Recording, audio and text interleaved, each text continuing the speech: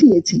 রাজনৈতিক দলগুলো জনসমাবেশ, জনসভা, নারী অধিকারের কথা বলে আসছে, কিন্তু জাতীয় ঐক্যমত্য কমিশনের আলোচনা, নির্বাচনে মনোনয়ন প্রদান কিংবা নারীর রাজনৈতিক ক্ষমতায়নের বাস্তব প্রশ্নে সেই অঙ্গীকারের প্রতিফলন আমরা দেখিনি।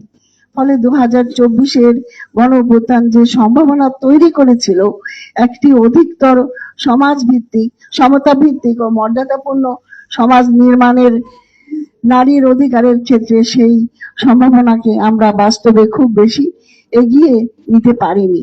বরং গত 2 বছরে আমরা দেখেছি নারীর বিরুদ্ধে সহিংসতা বেড়েছে, ধর্ষণ বেড়েছে, শিশু নির্যাতন, যৌন নিপীড়ন সহ নারীর প্রতি নানা ধরনের সহিংসতা বৃদ্ধি পেয়েছে।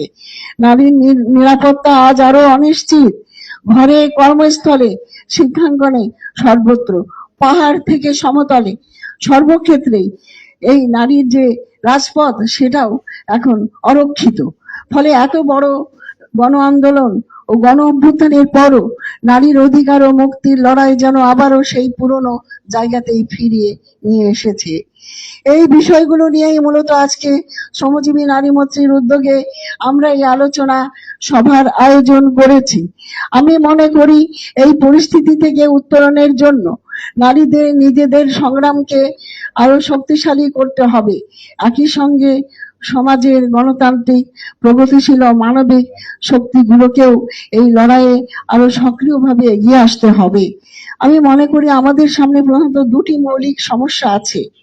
প্রথমত, আমাদের সমাজে নারীরা এখনো গভীর পুরুষতান্ত্রিক মানসিকতা ও দৃষ্টিভঙ্গির শিকার। আজও আমরা এটা কাটিয়ে উঠতে পারিনি। এত বড় গণ অভ্যুত্থানেও সেই পুরুষতান্ত্রিক কাঠামো ও মানসিকতায় উল্লেখযোগ্য কোনো পরিবর্তন আনতে পারেনি। দ্বিতীয়ত, শ্রেণী শোষণের প্রশ্ন। একজন নারী যদি দরিদ্র, শ্রমজীবী বা প্রান্তিক জনগোষ্ঠীর অংশ হন, তাহলে তিনি দ্বিগুণভাবে বঞ্চনার শিকার হন। আমরা লক্ষ্য করেছি ধর্ষণ, নিপীড়ন ও নারী নির্যাতনের অধিকাংশ ঘটনায় ভুক্তভোগীরা সমাজের দরিদ্র, শ্রমজীবী ও প্রান্তিক পরিবারের নারী ও শিশুরাই হয়। আমরা অবশ্যই আশা জাগানো একটি ঘটনা দেখেছি। রামিসার বর্বরচিত ধর্ষণ ও হত্যাকাণ্ডের বিচার হয়েছে এবং সেখানে প্রধানমন্ত্রীর প্রত্যক্ষ হস্তক্ষেপও আমরা লক্ষ্য করেছি। কিন্তু প্রশ্ন হলো, যে শত শত নারী ধর্ষণ, নির্যাতন কিংবা হত্যার শিকার হচ্ছেন, তাদের প্রতিটি মামলাও কি একই গুরুত্ব ও একই গতিতে এগোচ্ছে? গত কয়েক মাসের অভিজ্ঞতা আমাদের সে আশাবাদ জাগিয়ে তুলতে পারছে না। ফলে নারীরা ন্যায় বিচার, অধিকার প্রতিষ্ঠার সংগ্রাম এখনো অনেকটাই আগের অবস্থাতেই রয়ে গেছে। তাই আমি মনে করি এই লড়াই নারীদের নিজেদেরই নেতৃত্বে এগিয়ে নিতে হবে।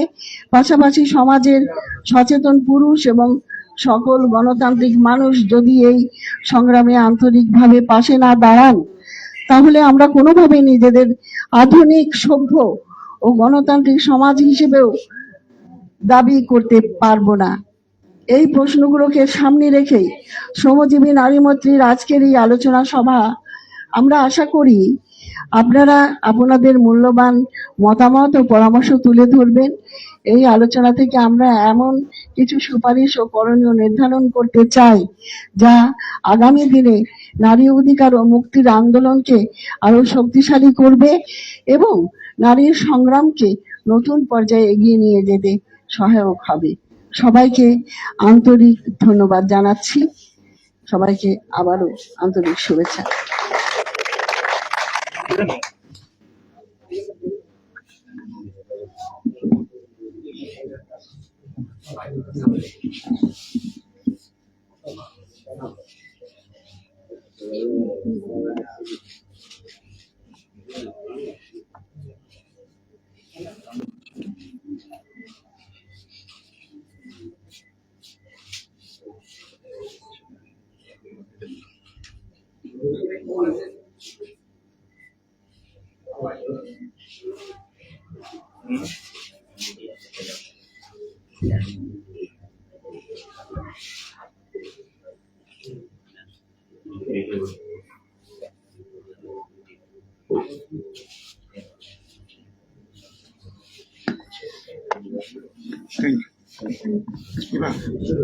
হ্যাঁ।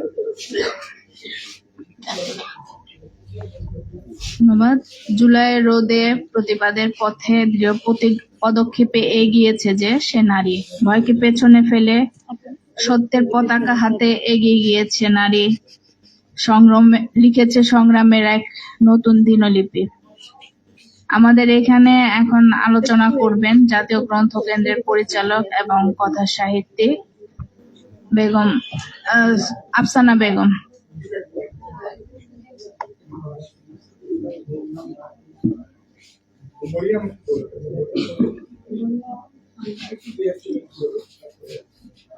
আচ্ছা, আপা তারা আচ্ছা, ঠিক আছে।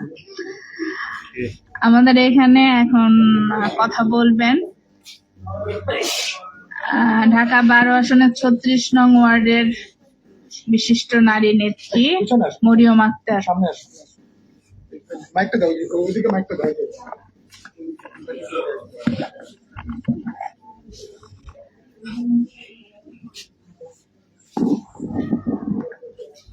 আসসালামু আলাইকুম।